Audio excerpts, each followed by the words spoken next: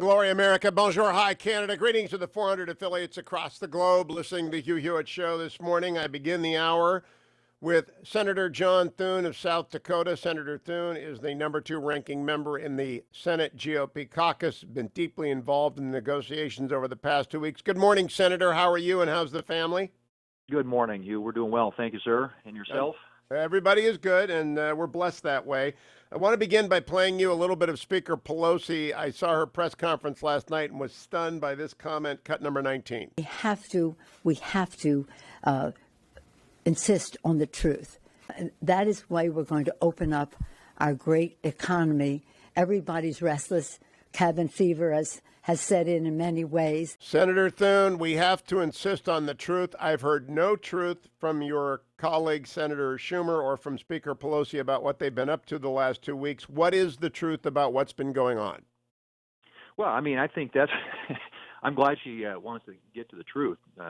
Hugh, the truth is that the Democrats have been stalling again. I think, as you all know, Leader McConnell went down to the floor 2 weeks ago to try and add additional funding, expand the funding authority for the PPP program, which has been very successful. The Democrats blocked it and spent the last 2 weeks trying to add other items, as they always do. And I know as soon as Speaker Pelosi and Schumer get into the equation, things get drug out, the price goes up, and they try and hijack the process to get a whole list of other things that they want to get done. In many cases, permanent agenda items, part of their liberal agenda, and at the expense of a lot of hardworking Americans, workers out there who are having to go to the unemployment line because they can't keep their jobs and because the funding isn't coming through this PPP program. So it's that's the truth of the matter. And, so I don't know what she's talking about, but I'm sure, I'd like the American people to know the facts.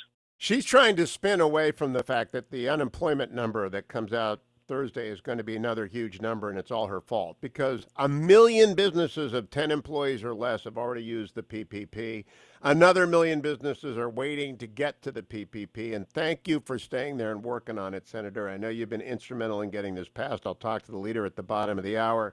Can I talk with you a little bit about when you get back to work in a few weeks on phase 4 or 5 or whatever we want to call it? I got a couple of things to discuss with you.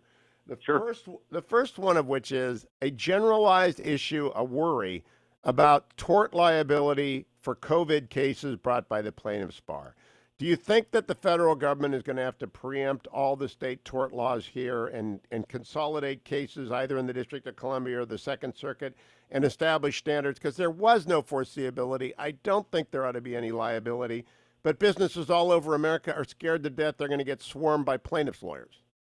Right, and I think that's a good point, Hugh, and something that Congress probably will have to take a look at. I think in the aftermath of this, in the wake of this COVID thing, Lord knows there are going to be lots of efforts made by groups to take advantage of the situation. I mean, we've always talked about the way that the Democrats and their allies on the outside, including the trial lawyers, try and hijack to get things into these bills that they're trying to do to make trial lawyers a lot of money, and I think this is an example of something we're going to have to be very wary of, and it may take some action by Congress to ensure that folks who shouldn't be having to worry about liability coming out of this don't. And I think that like I said, I wouldn't put it past some of these special interest groups on the left to try and game the situation.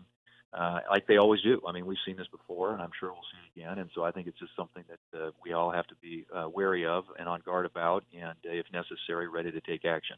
Yeah, I think federal preemption of all these state tort laws is the way to go, but that's my 2 cents. Let me turn to Speaker Pelosi keeps pressing for replenishment of state pension funds for public employees. If that happens, and that's her number one objective, will it be attended by reforms that limit the amount that any individual can make? Because honestly, what drives me crazy about pensions is not paying a teacher who's been working for 30 years, but paying a bureaucrat 150 to more than a colonel in the Army or a Marine Corps or a captain in the Navy has ever made. I think that ought to be the limit for a public employee pension. Well, and I think that you can't look at these issues absent looking at reforms. I mean, typically the Democrat solution, the Democrat answer is just pour more money at it.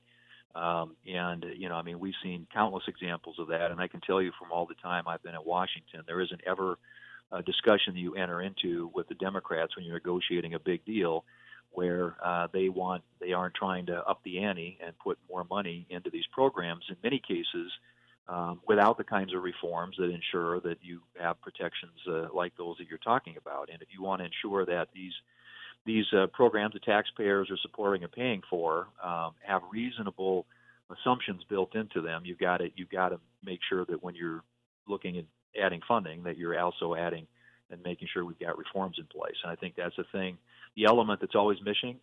And I'm guessing that we will hear coming out of this, and we will if there's a phase 4, as you point out, Nancy Pelosi and others trying to get additional funding into these programs. But in most cases, they're not going to be interested in trying to make the types of reforms you're talking about. But I think that's necessary. I think it's a conservative governance. What I worry about, you heard Leader McConnell articulate it yesterday. You'll probably hear him later on your program say that, this is not an unlimited borrowing authority. At some point, there is a limit to what the federal government can do. And, there's not enough money in the world to do all the things that Democrats want to do. And at some point, we've got to start taking measured steps. Obviously, we took a big, bold action to try and ensure that we kept the economy afloat during the crisis. But we got to start thinking long and hard now about how we reform programs so that they're sustainable, cost less, and are a better return for the American taxpayer. And when money begins to accelerate, I just worry about hyperinflation. I know nobody else is worried about that, but this is so much money. I do worry that once we get businesses reopened, we're going to have that on the outside. Now I want to ask you, Senator, about judges, and I'll ask the leader about this as well. Lindsey is a friend. Senator Graham is a friend. Whenever we get them up early enough to do the show, I love to have him on, but he likes to sleep in, as you know. I got a list of judges in California: Rick Richmond, Mark Scarsi. There's a guy who hasn't even been nominated yet, John Flynn from Irvine. They're all waiting for judiciary to get back to work. Can't we hold hearings for nominees for the bench and other jobs in socially distant ways to get them ready and line them up and get them going?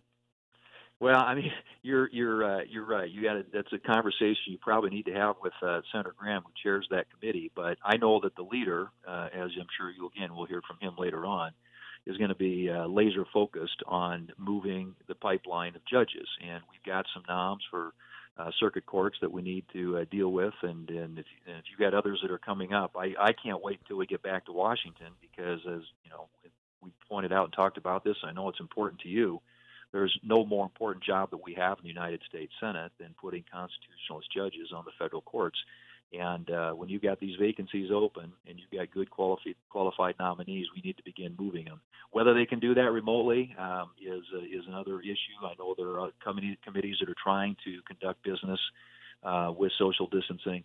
But I think if getting Congress back in for a lot of reasons is important, and getting the Senate back into Washington, not the least of which is to continue to make progress on the list of judges that have been submitted that are wonderful applicants for the federal courts, and we need to get them processed as soon as possible. I watch with envy states like South Dakota with two great senators who are making sure their district courts are staffed. Poor California is bleeding out. There aren't any judges. They really, Right. because of Senators Harris and Feinstein obstructionism and the blue slip for district court judges, it's not working.